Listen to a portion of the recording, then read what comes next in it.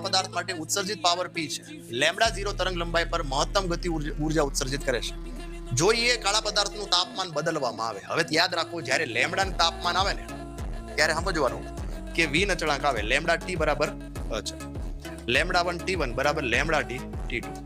તો lambda 1 lambda 0 આપ્યું છે, તાપમાન કેટલું આપ્યું છે તો કે ખબર નથી સર, t1 એમ નામ રાખીએ. લેમ્ડા 2 હવે 3/4 કરી નાખો, 3/4 તો તાપમાન t2. તો ફાઇનલી આપણે લેમ્ડા 0 ઉડાડી દઈએ.